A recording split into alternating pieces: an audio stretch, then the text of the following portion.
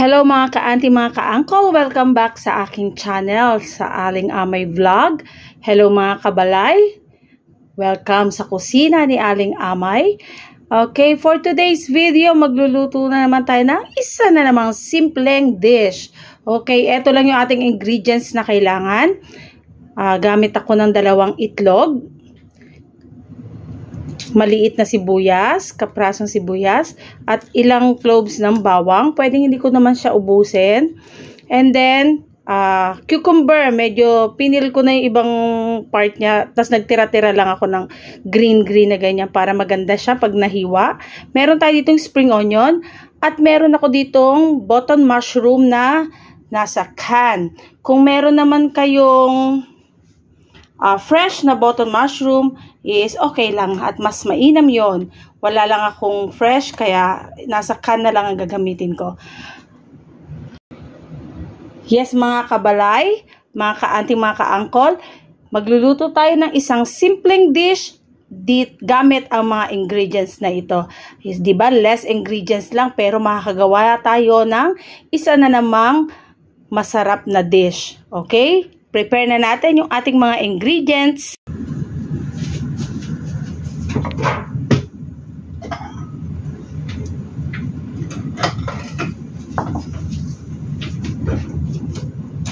Okay, yung ating egg, i-beat natin yung 2 nating egg.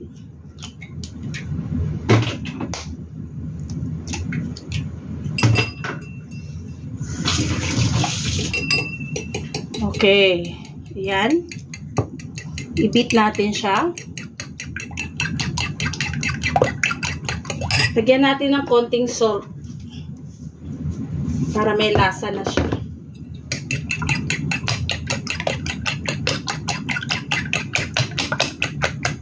Okay, set aside natin yung ating egg. Okay, this time, hiwain natin yung ating onion. Okay, hiwain natin yung ating onion.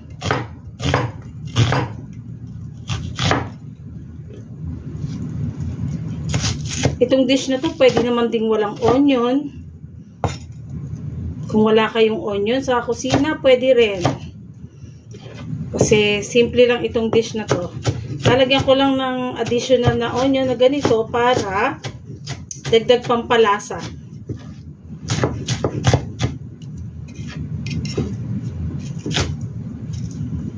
Okay, hindi naman na kailangan uniform ang paghiwa. Okay, this time yung ating garlic.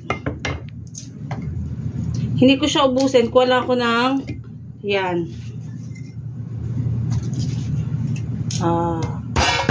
Sorry. Sorry sa ingay. Okay.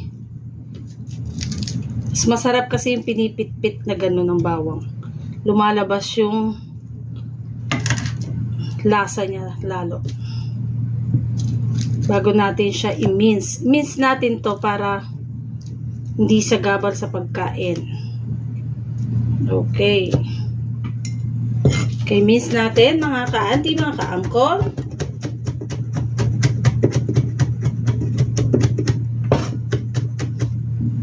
I hope napapanood nyo yung ibang mga video ko na tungkol sa mga simpleng pagkain, less ingredients, and yet masarap at masustansya, magaan sa bulsa. Okay, simple lang yung ating boss, kaya simpleng pagkain ang ating niluluto. Okay, this time yung ating button mushroom, ito, meron siyang tubig, drain ko lang.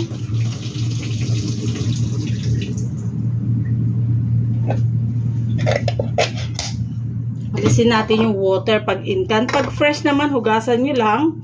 And then, hiwain nyo.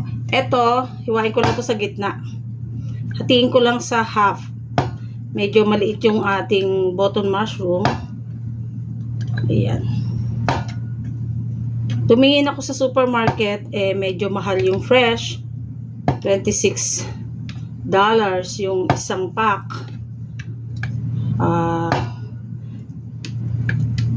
ang gustong lutuin ni Aling Amay ay mga economical recipe.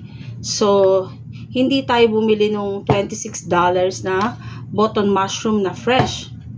Kasi yung nandoon lang sa supermarket is organic ata yun. So, meron naman akong in-can. So, yung in-can na lang ang gamitin ko. Ayan. Ayan, ready na yung ating button mushroom. Set aside muna natin ito.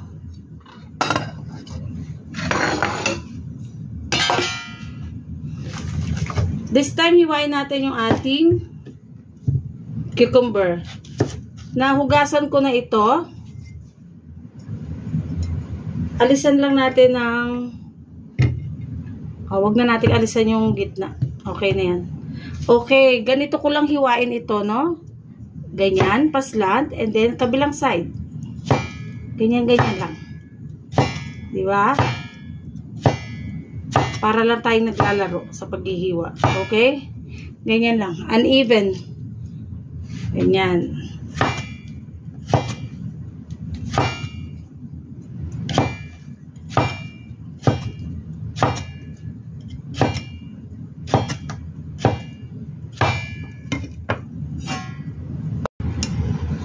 Almost done na tayo sa paghihiwa ng ating cucumber. Ayan na siya.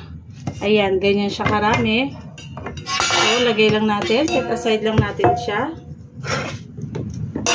Maingay yung mga stainless kung ano, no. Ito kasi yung madaling hugasan. So, ayan. Ready na yung ating cucumber. Okay, this time hiwain ko lang itong ating spring onion. Kunin ko muna yung white part niya. Sama natin yan sa ating paggisa.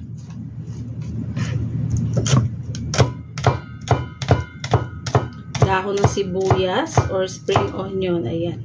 Hiwain lang natin ganyan. Sama natin ito sa paggisa natin ng sibuyas. At itong greens, hiwain lang natin medyo 1 inch thick or 1 inch ang haba. Paganda lang yan. Okay. Pag nagluluto tayo, mas maganda ng ready ng lahat bago tayo mag-start ng pagluluto. Ayan, ready na yung ating spring onion.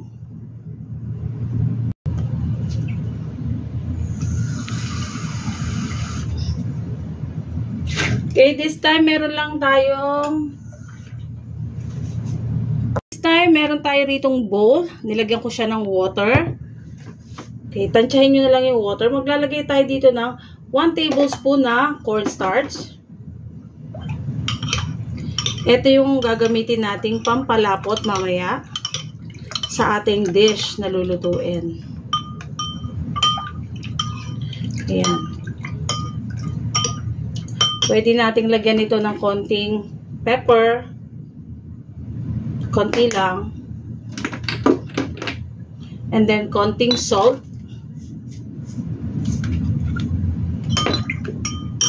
Dagdagan pa natin yung salt natin. Ayan. I-balance natin yan with little sugar. Yan, konting-konti lang.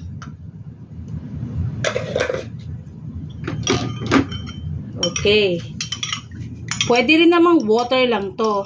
Nilagyan ko lang ng pampalasa, konting pepper, konting sugar, at konting salt. Okay, nasa sa atin na po kung ano ang gusto natin. Okay, pwede namang plain water lang siya, and then cornstarch. Ito ang ating slurry. Okay, ready to cook na tayo. Okay, first, fry natin muna yung egg.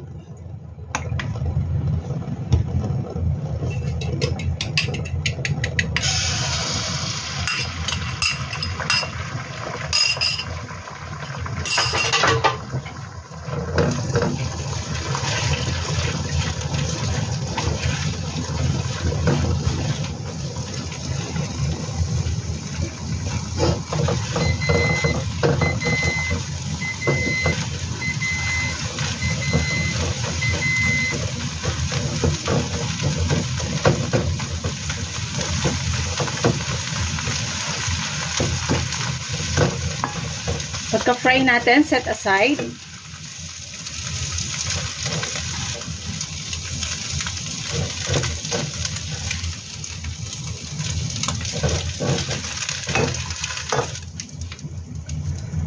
Okay, the same wok. Mag-add lang ako ng konti pang oil.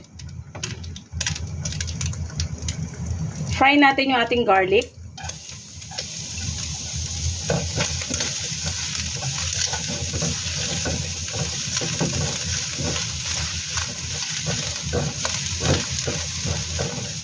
Pag nagluluto tayo ng vegetables, mas maganda malakas yung apoy natin.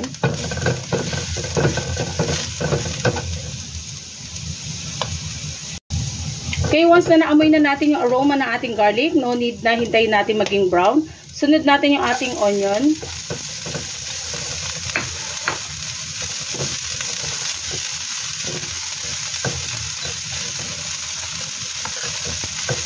Nag-add lang ako ng konting oil kasi dry. Pagkatapos nyan, sunod natin yung ating button mushroom.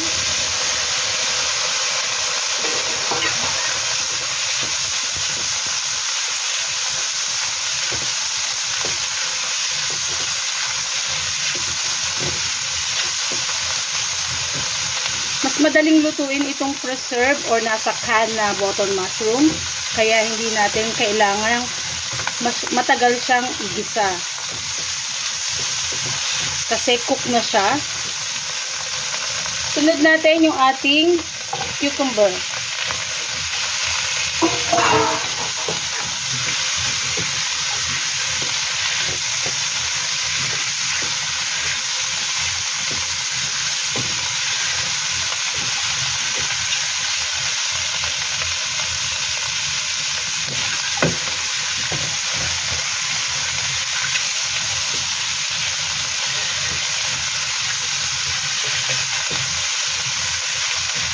Mag-add lang ako ng konting water para hindi siya madunay. Okay. Hindi naman natin kailangan palambutin yung ating cucumber. Mas masarap siyang crunchy. Lagyan natin lang ng seasoning. Konting salt.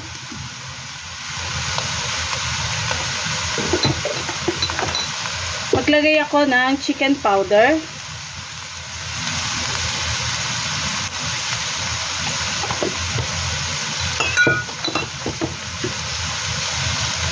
Ground black pepper.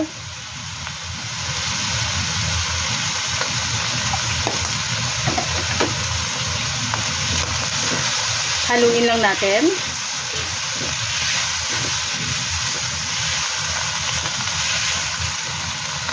After nyan, lagay na natin yung sinet aside nating egg.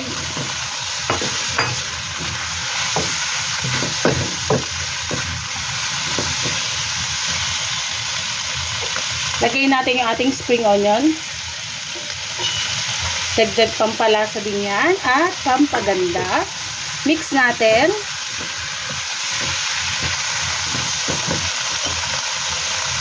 After nyan, ready na natin yung ating slurry.